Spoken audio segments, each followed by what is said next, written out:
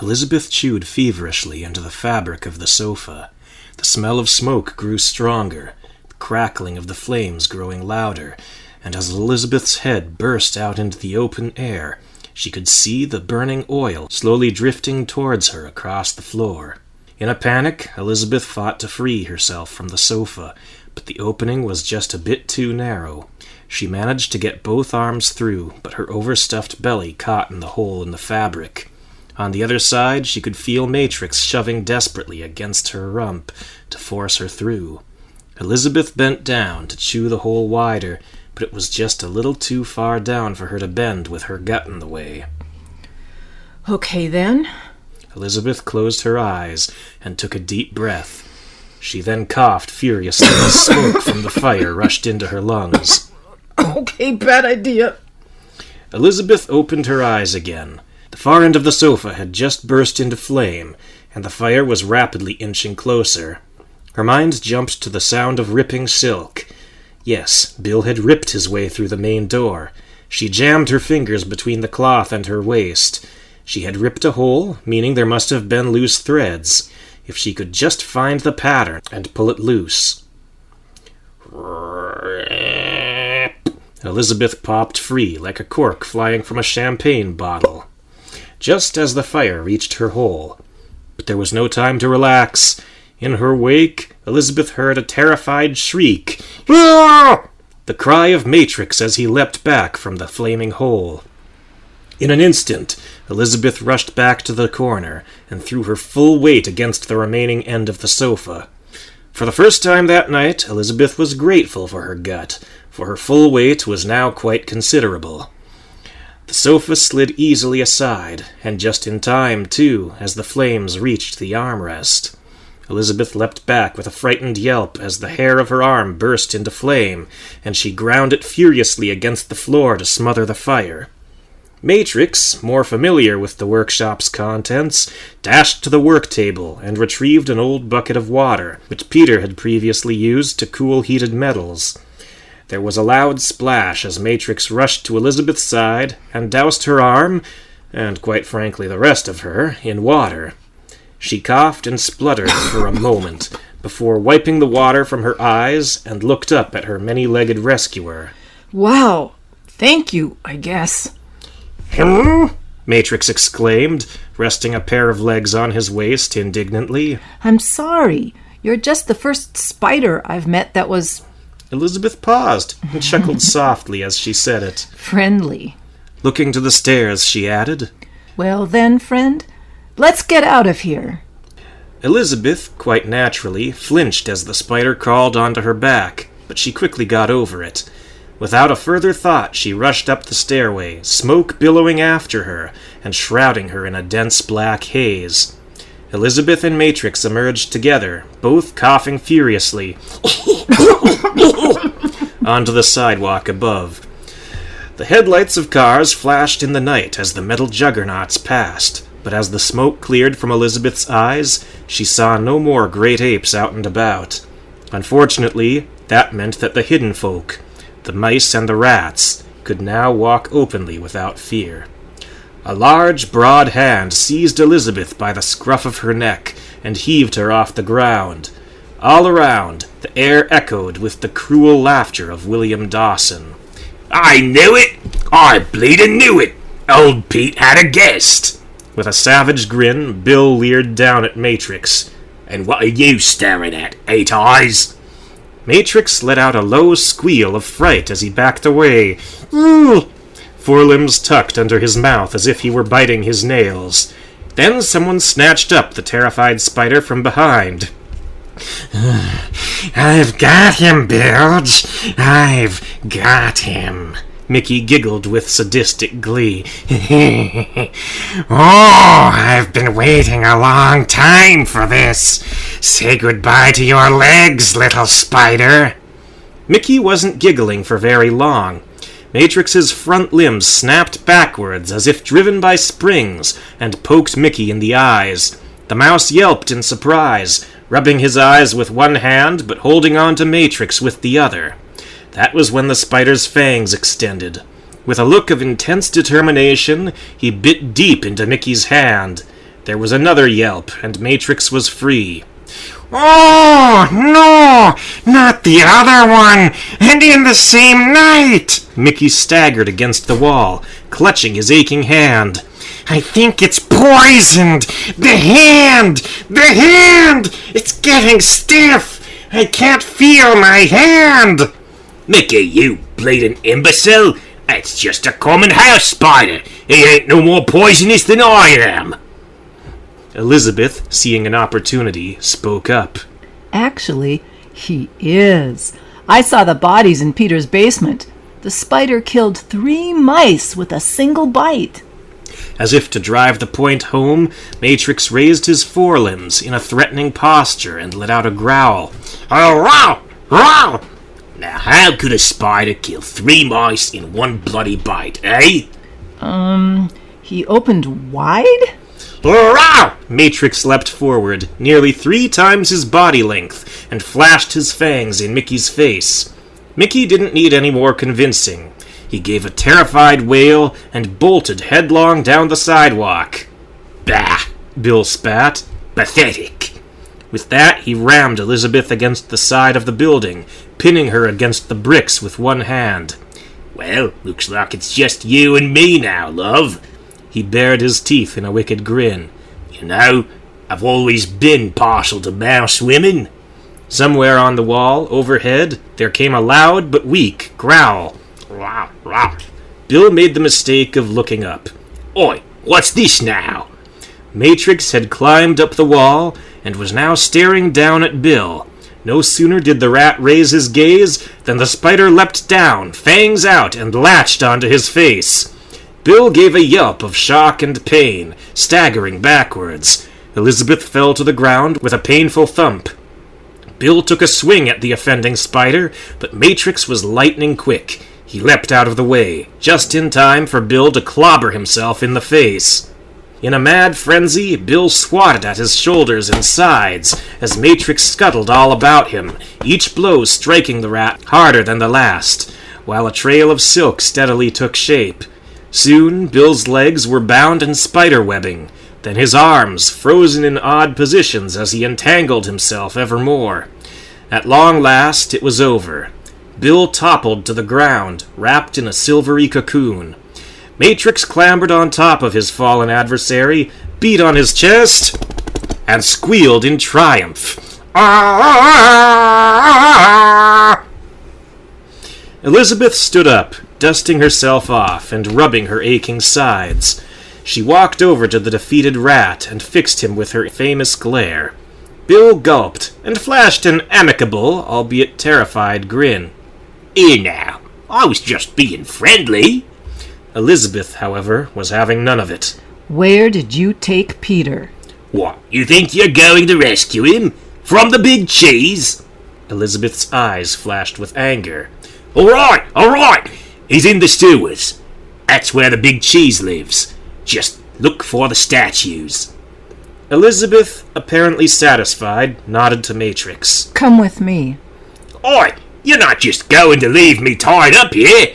What if a great ape comes along, eh? I'll be crushed. Elizabeth looked back at Bill, her stare so cold it could have turned a flame to ice. You have teeth. Chew your way out. Then Elizabeth turned away, and she was off again, Matrix taking up a perch on her back and peering over her shoulder. Monster and Stu were present and ready at the agreed-upon rendezvous spot. As Elizabeth approached, however, Monster raised his halberd in alarm. Elizabeth Hartley, he shouted. Hold absolutely still. Elizabeth froze and felt Matrix tense up on her back. Monster approached, eyes fixed on a point just over Elizabeth's shoulder. If I aim carefully, I might be able to kill it without harming you. Yelp! Matrix squealed as he realized Monster meant him and leapt from Elizabeth's back. Monster lunged, but Elizabeth darted in his path, holding him at bay with a gentle hand against his chest. No, wait. This spider's a friend. Monster stopped, mid-stride, halberd still ready for a chop. Friend? Elizabeth nodded. His name is Matrix. He belonged to Peter. He was a pet, Or maybe a helper, like the grasshoppers from Edge of the Gorge. Monster lowered his halberd and gazed out across the alley, brow slowly furrowing. And where is Peter? Elizabeth! Stu shouted, rushing up to her, arms wide to embrace the mouse. He promptly ran into and bounced off of her protruding belly. Stu shook his head and blinked. Elizabeth, y'all should have seen me. I was amazing. Bill from the Bilge was going to finish off Monster when I jumped up on a trash can and shouted, "Get lost, evil fiends! It's me, Stu Man True!" And while he was staring up all gaping at me, I roundhoused him in the face, whipped him up and down with my fists of fury, and... And you saved everyone, right? Elizabeth chuckled. Well, no, just me and Monster. Elizabeth nodded. I'm sure you were incredible. She then kissed the excited shrew on his forehead. What about Peter? Monster broke in. Stu's eyes crossed, his mouth twisted into a moronic grin. Incredible? Elizabeth looked back up at Monster, the mirth vanishing from her face. I was too slow. The rats arrived and took him to the sewers. She said I was incredible. Monster shook his head. I suppose you want to rescue him now. Stu leaned over to Matrix. Elizabeth thinks I'm incredible. The spider nodded in agreement and kissed Stu on the forehead. Mwah! I don't know what choice I have, Elizabeth answered. I won't ask either of you to come with me. But you know I will, Monster finished for her. I'm coming too, Elizabeth, Stu piped up. Y'all ain't leaving me behind. Where are we going? Matrix pointed down.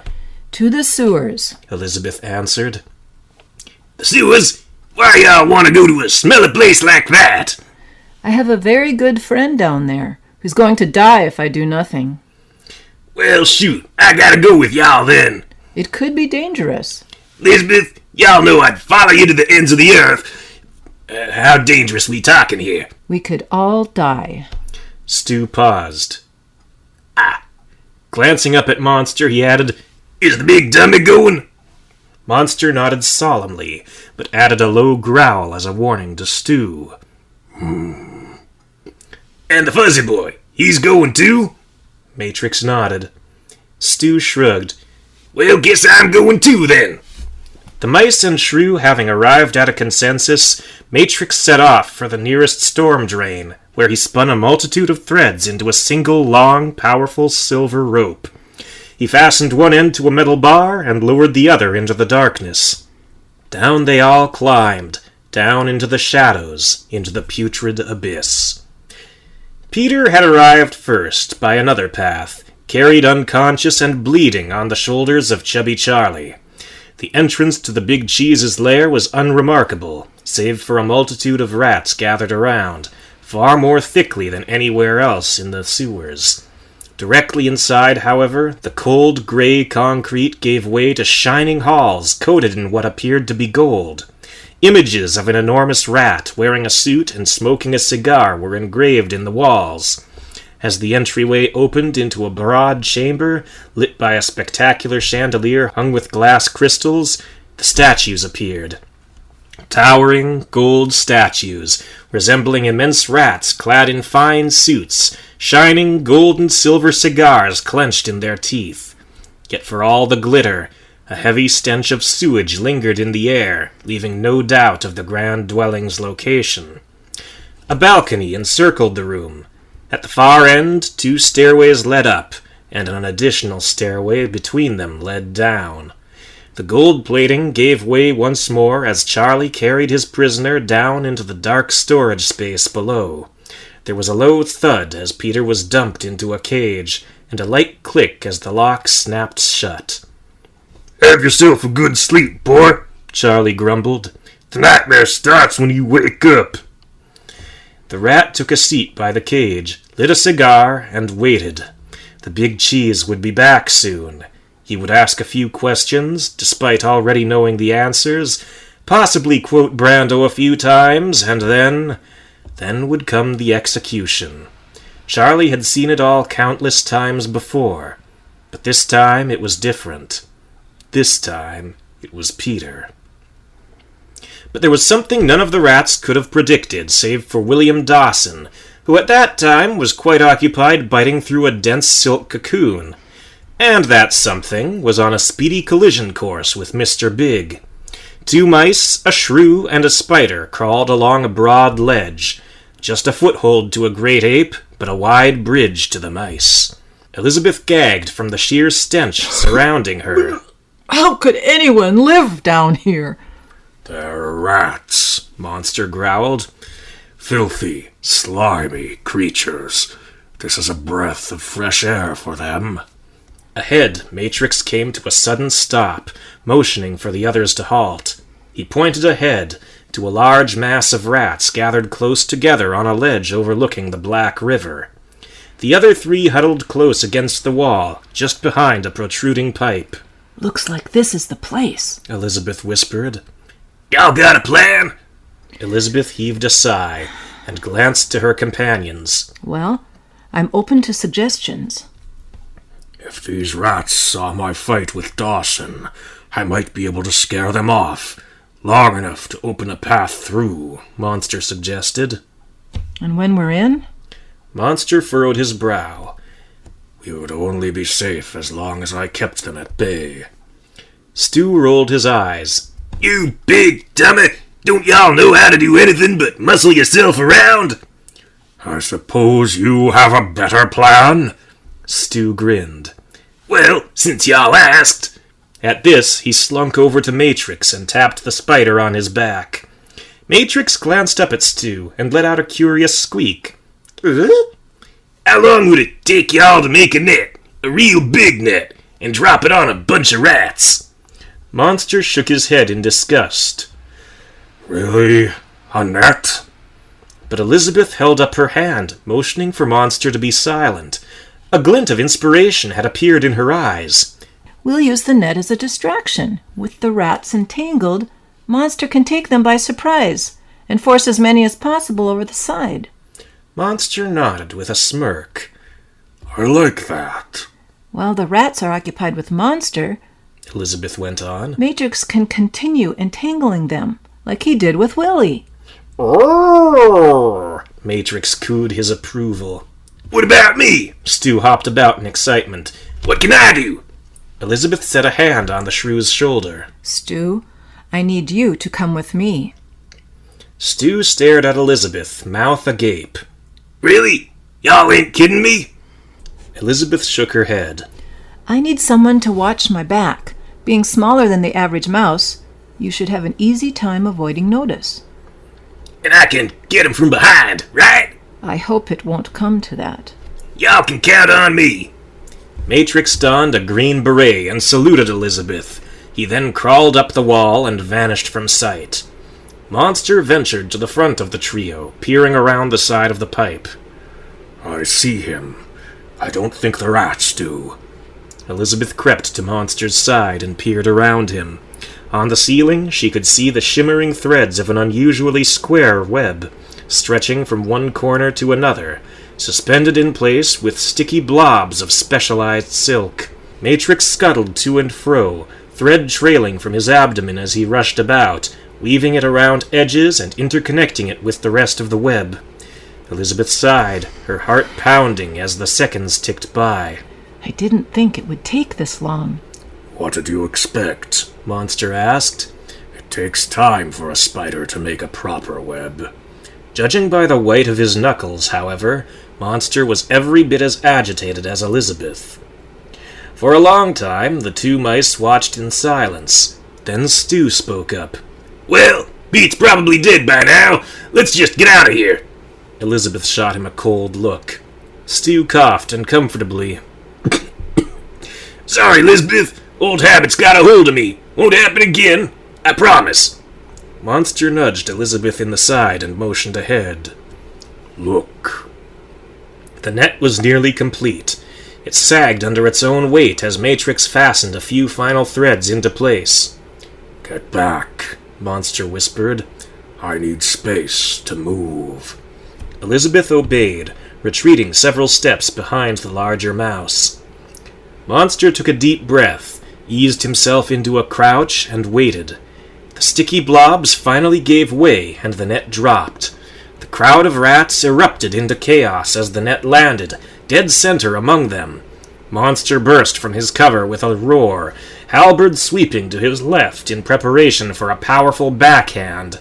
The blunt side of the weapon's head smashed into the nearest rat, sending him tumbling over the side of the ledge and into the sewage below. Another, more alert rat charged at Monster, brandishing a knife. The halberd whipped about, the blunt far end catching the rat under the jaw and sending him to the ground. Then the blade swept back, sparks flying as it skidded across the ground and swept the surprised rat aside. There was another low splash as he skidded into the abyss. A number of other rats were hard at work, freeing those under the net, but this was no ordinary net. The more they struggled with it, the more entangled their hands became. Monster rushed upon them, his halberd held out to the sides, and rammed into the ball of web and rats with all his strength. A few tumbled over the edge, dragging more and more with them as the net's weight shifted. A black geyser erupted into the air as the ensnared rats crashed into the sewage. Just like that, the ranks of rats had been thinned by nearly half, and without taking a single life. Hey! A single level-headed rat shouted, It's just a mouse! One mouse! Get him! If only it had been that simple. In the chaos, Matrix had been hard at work, scuttling amongst the rat's feet, leaving a long, sticky trail of silk in his crisscrossing path. No sooner had the rats begun to charge than one by one they tripped over their own feet and came crashing to the ground. The lone rat looked over his shoulder just long enough to shout, What the? Then there was a low crunch as the blunt side of the halberd smashed into his ribs and sent him tumbling into oblivion. Now, Elizabeth whispered to Stu. The two of them dashed from their hiding place, straight for the dark, grim doorway, and into the golden hall beyond. Elizabeth's heart skipped a beat in the face of the grandeur of her surroundings. She had to force herself to stay focused on the task at hand. She ignored the carvings, kept her nose to the ground, and concentrated on covering as much ground as she could in the time she had. Stu, on the other hand, was unimpressed. Heh, he chuckled. Looks like somebody's compensating for something. Elizabeth didn't answer as she emerged into the main chamber. Stu laughed aloud as he laid eyes on the statues. Ha! I knew it! Look at the size of those things! This place screams inferiority! I bet Mr. Big is a Mr. Little! Stu, will you please be quiet? I figure if we even see him, he's gonna be smaller than I am! Stu! Elizabeth clapped a hand over his mouth. Look around you. Do you notice anything? Stu paused and nodded. Big gold statues! There's nobody here. Elizabeth explained. This whole thing might be a trap. With that, Elizabeth ducked into the shadow of a statue and peered around its various angles at the balcony overlooking the chamber. Stu followed suit, suddenly very uneasy. From there, the two darted to the nearest statue. Elizabeth peered ahead to observe the lay of the land. The stairway leading down beckoned ominously. I need you to watch my back now. Elizabeth whispered. Follow at a short distance. If anyone tries to ambush me, I want you to put them in a sleeper, like this. At that, Elizabeth wrapped an arm around Stu's neck and heaved him off the ground. Then hang on for your life. She released Stu, letting him drop to his feet. Got it? Stu nodded, rubbing his throat.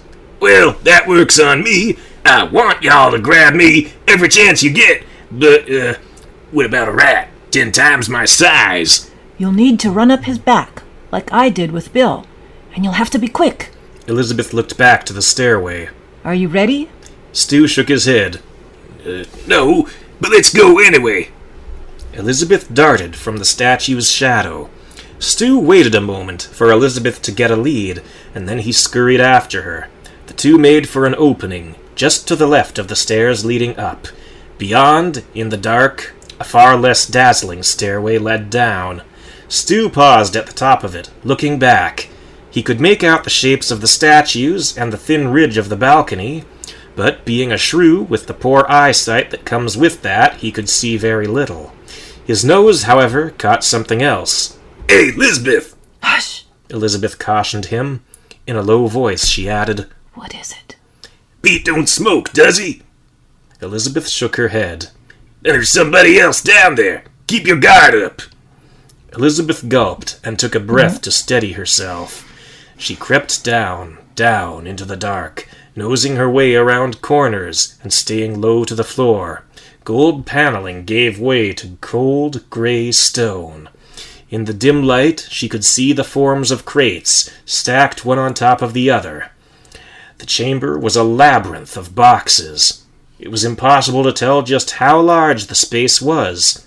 As quietly as she could manage, Elizabeth slipped out of the light and squeezed close to the crates as she picked her way along. Passages crossed and led to dead ends. Shadows appeared as barriers where there were none, and openings where the crates closed off progress. It was slow going, akin to gambling, as Elizabeth turned around each time. Even if she did find Peter in this mess, Elizabeth wasn't sure she could find a way back out again.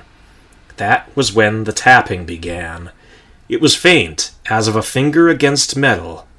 Elizabeth wasn't sure if it was a signal or not, but it was the first lead she had come across.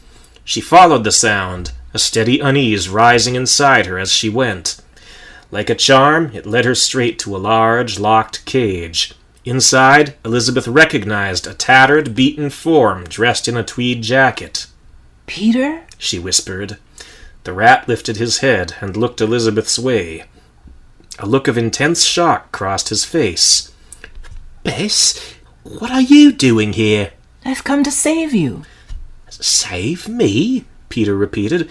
Are you mad? This place is crawling with Mr. Big's rats. Soon there will be even more. Which is why we need to get you out, now. Elizabeth answered. Quick, can you pick a lock? There was a loud sound, explosive like a blast of thunder, a burning smell like the fire in Peter's workshop.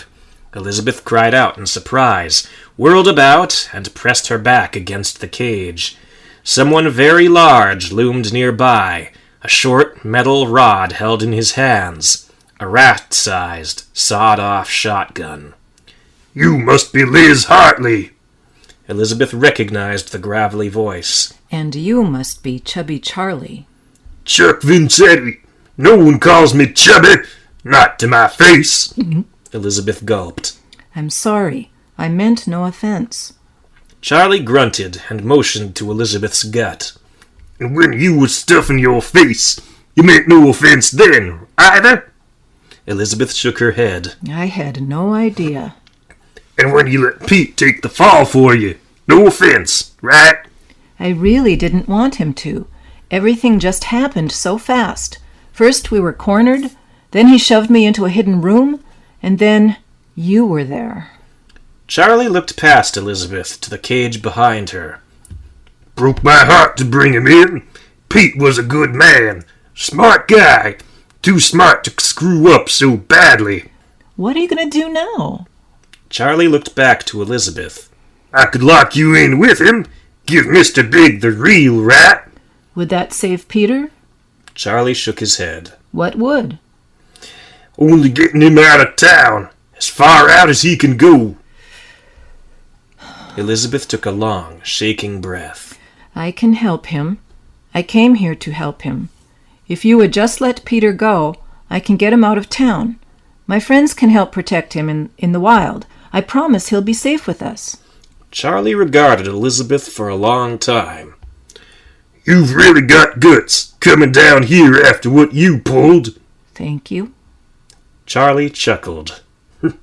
That wasn't a compliment, woman. He sighed and shook his head. No, sorry, laddie, but in this town, you don't cross the big cheese. Not if you want to keep breathing. He lowered his shotgun and motioned towards the cage. I'm locking you in. As Charlie stepped towards Elizabeth, she just made out the shine of Stu's eyes in the dark. As they crept forward, Elizabeth shook her head and mouthed the word. No. Charlie stopped. No? No what? No, please, don't let me die. Elizabeth hastily lied. Charlie smirked. Well, that's just what happens when you make trouble for Mr. Big. You sleep with the feces. Charlie unlocked the cage and motioned with his shotgun. Get in! Elizabeth started to obey, but then darted aside with a shout. Now, Stu! Out of the darkness, Stu charged, rushing up Charlie's back just as Elizabeth had told him, and put the big rat in a headlock. Charlie didn't even put up a fight. As he tumbled to the ground, Elizabeth could swear she saw him smiling. Peter ran his fingers through his hair, mouth agape at the scene before him. How? I got him! Stu shouted. That good, Elizabeth? Perfect. Elizabeth said quickly, rushing past the shrew to take Peter by the hand. You're free. Please, come with us. Well, Peter stammered. Ha! Now I'm perfect. I'm moving on up. This is suicide. Between the rats in the sewer, to say nothing of those in... There's no time to argue. Elizabeth cut him off with his own words and tugged on his arm. Peter was silent, but a new light of hope flashed in his eyes. He simply closed his mouth and nodded. Follow me, then. Unlike Elizabeth, Peter had been here before. He knew the rooms, and though he didn't know much of the current arrangement of crates, he had a good general sense of direction. What took Elizabeth several minutes to navigate took Peter only a matter of seconds. In short order, the three of them emerged into the shining chamber above. From there, it was only a short dash to the exit. Monster and Matrix are holding the rats at bay, Elizabeth explained. It shouldn't be too hard to slip past. Then we can retreat to Matrix's rope, and... Her words died as she saw a large, hairless form running their way, a little spider clinging to his shoulder. I had to seal the entrance, Monster shouted. Oh dear, Peter whispered. The rats were no match for us, Monster added. Matrix kept them off balance, while I thinned their numbers. Noting Peter's shocked expression, he added, No, I didn't kill anyone. I just sent them over the edge. What happened? Elizabeth exclaimed. Everything was under control, Monster answered, barely believing it himself. And then a fresh group showed up, and there was... A sound of formidable pounding against the sealed door rocked the entire chamber. Bits of dust fell from the ceiling with the impacts. There was that. A final blow sent the door rattling off its hinges and clattering to the floor. "Ah!" Matrix squealed in fright and covered his eyes. Monster whirled about and backed towards the others. Halberd held out in a desperate bid to keep the rats at bay. As one body, Elizabeth and her companions backed towards the stairways. The rats swarmed in, spilling out to the sides, filling the chamber to its corners, and parting to create a passage. A huge shape strode down the middle of them, towering so high that he dwarfed all the other rats by comparison. This was no ordinary rat. This was a muskrat. There was no mistaking his clothing, or the cigar in his teeth. The big cheese had arrived. What were you saying about compensating? Elizabeth whispered to Stu. The big cheese took a long draw from his cigar and exhaled a cloud of smoke that shrouded him like a mountain. What is this? Leaving so soon? Think y'all can take him, meathead? Monster growled back in warning. Why do you think I sealed the exit? Matrix. Elizabeth spoke up. Can you do anything? The spider looked around the room. His legs shook with terror, a line of silk running listlessly from his spinnerets. Peter Dane, the big cheese boomed. We had a good thing going. A good thing you set us up with. So why'd you have to go and mess it up, eh? Peter couldn't even speak. He cowered behind Monster, weeping in sheer terror. Elizabeth, however, couldn't contain herself. A righteous fury rose inside her, and she burst out, stepping ahead of even Monster without a shred of caution for herself. He didn't do anything. He was just trying to help me after I was attacked by 2 of your thugs. The big cheese chuckled. You must be Liz Hartley. That's Miss Hartley to you. The big cheese's smirk vanished. I ate the cheese. I messed up things for you in the store. Me! Elizabeth slapped her belly for emphasis. If you need to punish someone to feel strong, punish me! She punctuated her remark with the harshest glare she could manage, and Elizabeth had managed some very harsh glares in her time. All eyes in the room turned to the big cheese. He just laughed. Hartley, you're cute when you get uppity. He blew a puff of smoke in Elizabeth's face, prompting a fit of coughing from her. See, the thing is, though, I don't do cute, and I don't do mice, and I can't let people think I've gone soft. He motioned to Stu and Monster. Your boys here, they're nothing.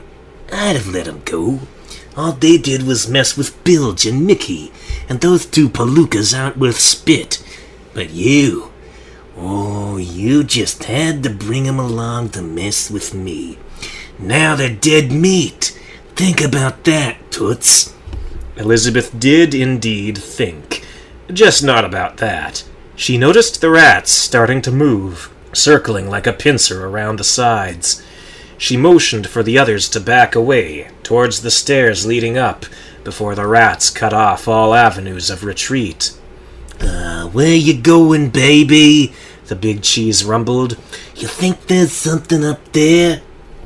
Bess, Peter whispered, I believe I may have a plan. Keep him talking. Elizabeth glanced to Peter's shoulder and noticed Matrix hard at work. What's that, Tiny? The big cheese barked. What are you whispering? I was simply bidding her farewell, Peter answered innocently. Bit by bit he shuffled backwards up the stairway. You are correct, of course. There is nothing up here. It's just an old instinct, you see, to step away from danger. As Peter spoke, Matrix scuttled down from his shoulder and slipped up the stairs, darting to the left, just behind the railing. The big cheese took immediate notice. What's that spider doing? The room was now reduced to a circle of rats, slowly closing in around Elizabeth and her companions. Switchblade knives clicked and whipped open. Great ape screwdrivers were brandished like enormous maces, and the big cheese himself produced a rat-sized pistol from inside his jacket. Coward. The rats halted in their tracks. Whiskers twitched eagerly as they glanced from Elizabeth to the big cheese. What was that, Toots? Elizabeth smiled coyly. A giant like you bullying a bunch of rats half his size? You're just a big coward. What? Weren't you up to the challenge of another muskrat? The rats drew back, eagerly watching the confrontation unfold.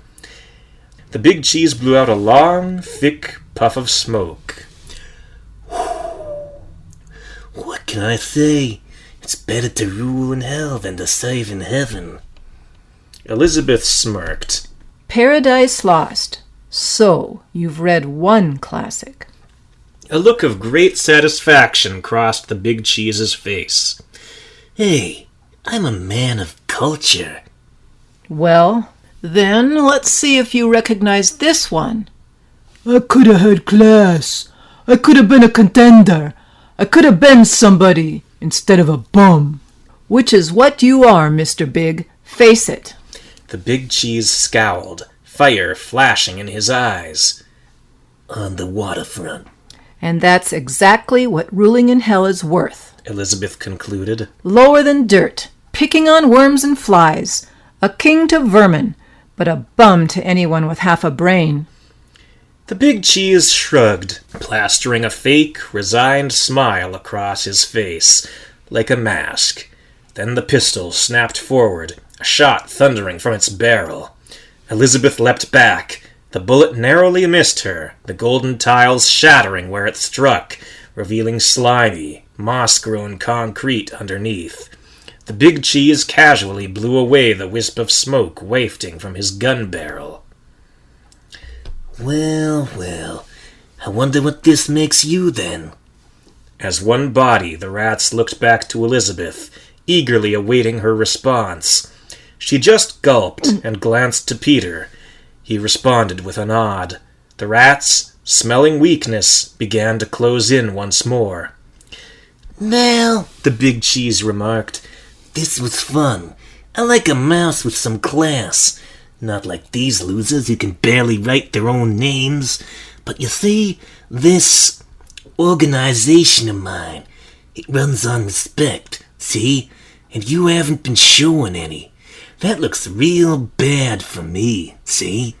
He cocked his gun and took a puff on his cigar. "So, Hartley, got any last lines for me?" Elizabeth glanced to Peter. Matrix had returned to his shoulder and was now hard at work weaving a coil of rope. Elizabeth looked back to the big cheese and took notice of his position. The muskrat stood directly under the chandelier. Just one, she answered. "Everybody, run!" Peter led the way up the stairs, Stu and Elizabeth scrambling after him. "What? Now how am I supposed to recognize—" The big cheese caught himself as he realized what was happening and roared with fury. "Get 'em, you rats!" The rats surged in for the stairway, but were met with the flying, swinging blade of Monster's halberd. A rat would lunge, only to be swept aside by the blunt side of the head. But more and more rats pressed in behind those in front, forcing them ahead despite the fear of that sweeping blade. Monster retreated to the top of the stairs, backing onto the balcony, and forcing the rats into a narrow line as they pursued him. Peter, meanwhile, rushed along the balcony, making for the side of the chamber, and then for the far end. There was a second gunshot. A bullet ricocheted off the wall, just in front of Peter, taking a bit of the gold plating with it. More slimy bricks appeared behind. "I see what you're doing, Pete," the big cheese thundered. "Well, let's see you do it now." The muskrat rammed against one of his statues, sending it crashing against the balcony and leaving a gaping hollow in Peter's path. He paused just a moment, grabbing up Elizabeth and Stu under each arm, and leapt across. A third gunshot cracked the wall's shining finish just behind him. Back at the stairway, several rats had attempted to circle around the balcony from the other direction, avoiding Monster entirely and cutting off Peter's escape path. They were met with a silk rope, about ankle height, courtesy of Matrix. As they tripped over the rope, the rats slowly piled up as one after another dropped to the floor, and then those behind them tripped on the fallen rats in their path. Very soon there was no other route but to charge directly into Monster's halberd. Monster, for his part, continued retreating in Peter's wake, smacking aside knives and broken bottles as one rat after another lunged for him. "Now, Matrix!" Peter shouted. He dropped Stu and Elizabeth to the floor and charged ahead to the center of the balcony, on the far side of the chamber, overlooking the entrance. Just out of sight, Matrix scuttled along the floor, fastening a thick, strong rope of silk around one of the supports along the balcony's railing. Peter ducked. A fourth shot thundered from the gun's barrel, just barely grazing the back of Peter's neck. "You're getting slow, Pete," the big cheese shouted. "Soon I'll be splattering your brains against the wall." Rats tumbled off the balcony as Monster made his jump across the gap, like a waterfall of black fur and worm-like tails, as more and more came rushing up behind, oblivious to the gap ahead, forcing each other over the side. "Nice rope," the big cheese leered down at Peter. He was so tall he loomed over the side of the balcony. "How you plan to use it, with me right here?" "I don't," Peter shouted back. And then he lunged, leaping over the rail and rushing across the big cheese's shoulder. "What the?" Mr. Big barked as he felt two slender arms close around his throat. He staggered back, pistol flailing wildly. Shots 5 and 6 ricocheted off the statues and ceiling and severed the chain supporting the chandelier. The big cheese looked up, just in time to see it fall. He staggered from the blow, dazed, but still on his feet. Meanwhile, Elizabeth and Stu had descended via the rope, with Monster and Matrix following shortly after. Peter quickly joined them as the 5 of them fled down the hallway. In short order, they emerged from the entrance to find the surrounding ledges quite empty. Every rat had gathered inside to witness the execution. "Which way now?" Peter gasped. This way! Elizabeth shouted. As quickly as she could manage, she led off to the right, retracing the steps she and her friends had taken to reach the place. Far behind them, Elizabeth heard a howl of rage, and it was not Monster doing the howling. Don't look now, Elizabeth, but Mr. Big's coming after us. How true that was. The muskrat burst out of his hole, clothing torn, foaming at the mouth as the last vestiges of civility vanished from him. Nails raking against the concrete, he scrambled after the fleeing mice, teeth bared in a furious snarl. Matrix was riding Peter's shoulder. Peter, a rat, could keep up the pace well enough in his own right. Monster, however, slowed. Elizabeth, he observed, was still extremely heavy from her binge, and Stu, due to his small size, was slow under the best of conditions. Monster didn't give it another thought. He turned back, rushing past Elizabeth, past Stu, and straight for the big cheese. Stu ran by, his only thought on the danger in his wake. Elizabeth, however, ground to a stop. Monster! What are you doing? Buying the rest of you time. Monster whirled around and met the charging muskrat head-on. His halberd struck the big cheese along the muzzle, drawing blood before the muskrat knew what hit him. Monster leapt backwards, dodging a swipe of the muskrat's hand. Now run! Reluctantly, Elizabeth turned away and ran. Several times she glanced over her shoulder to see Monster slowly backing away, often pausing to strike at the big cheese's oncoming fists.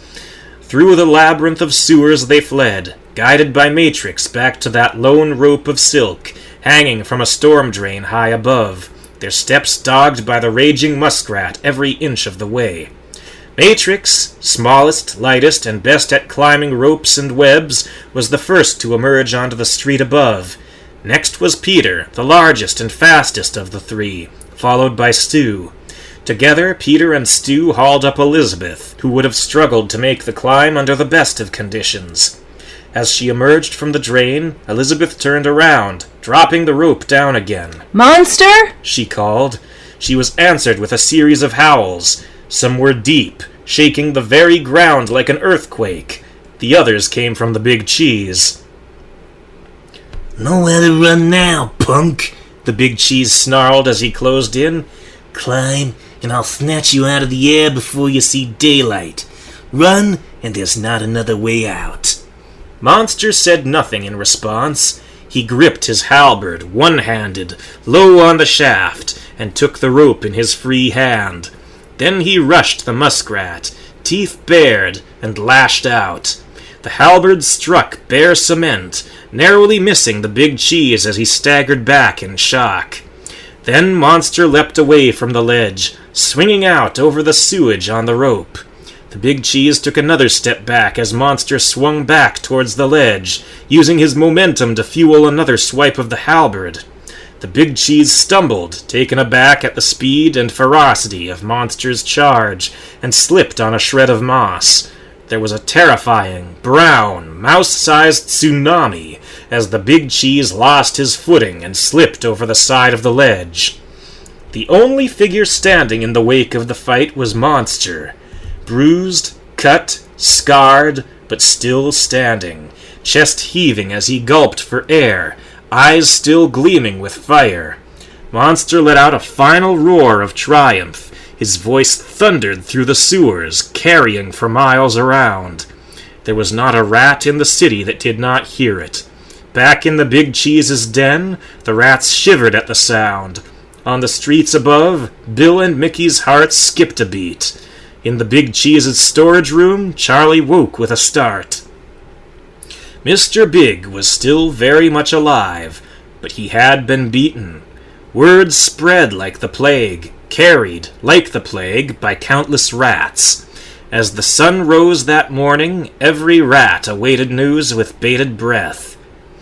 What would happen now? Would Mr. Big's rivals be brave enough to strike now that he was weakened? Were they ready to make a move? Regardless, the sun had risen. All activity had to be put on hold, as dominion of the city returned to the great apes. Such infamous figures as Bill from the Bilge, Mickey the Towel, Chubby Charlie, and even the Big Cheese himself retreated into their holes to wait until the sun had set. Any and all questions of the future would have to wait, as every rat and mouse in the city hunkered down and waited as the great apes went about their daily business. Well, every rat and mouse, that is, except for 3. The city was far from safe in daylight, true, but at least Peter was no longer pursued by the other rats. That gave him time to leave, and to salvage the remains of his workshop. The fire had long since died away, leaving blackened streaks where the oil had burned up. The sofa had been reduced to ashen bones, and the work table and chair had fallen in on themselves. His pack was a charred mess, its contents ruined beyond recognition. Peter shook his head. Well, I suppose it could be much worse. He began to smile ruefully as he looked over the closet. The linens are untouched. Peter, Elizabeth spoke up.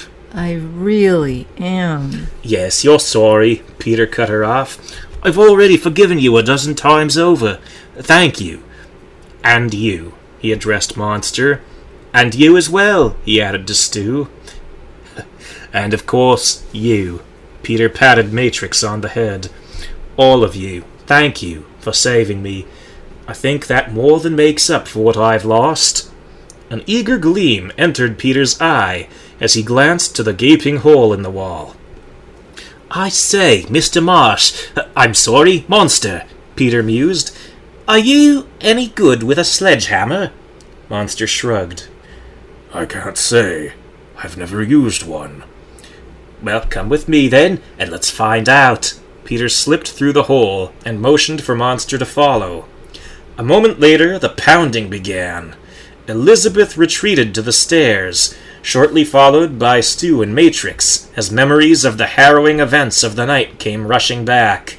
All at once, the entire wall collapsed inward, shedding light on the chamber beyond. Oh, my, Elizabeth breathed. Stu stared, wide-eyed, at the scene beyond. Matrix, quite accustomed to such things, looked curiously back and forth between the mouse and the shrew. As the dust settled, Peter emerged from the chamber, pulling a broad metal object behind him. My friends, he announced, allow me to introduce my proudest creation, the roller scale. Elizabeth blinked. The what? Oh, I know, it's not quite complete yet, but I think it will be quite helpful once it is, possibly even beforehand. In years long past, the great apes had built arenas, which they called roller rinks, in which wheeled runners skated as if on ice. Some time ago, Peter had come across a relic of those past ages, a roller skate, designed to be strapped to a great ape's soul. It was little more than a metal platform set on wheels, just a skate to a great ape, but, with the proper adjustments, a sailing vehicle for mice. A roller scale, as Peter called it. As the sun dipped towards the horizon, setting on another day, the scale rolled down the road, out of town with 3 riders. Now, if I can just find some way to attach a mast, Peter mused from his seat.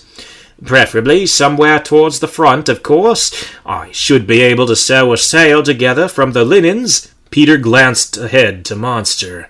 I say, how are you holding up?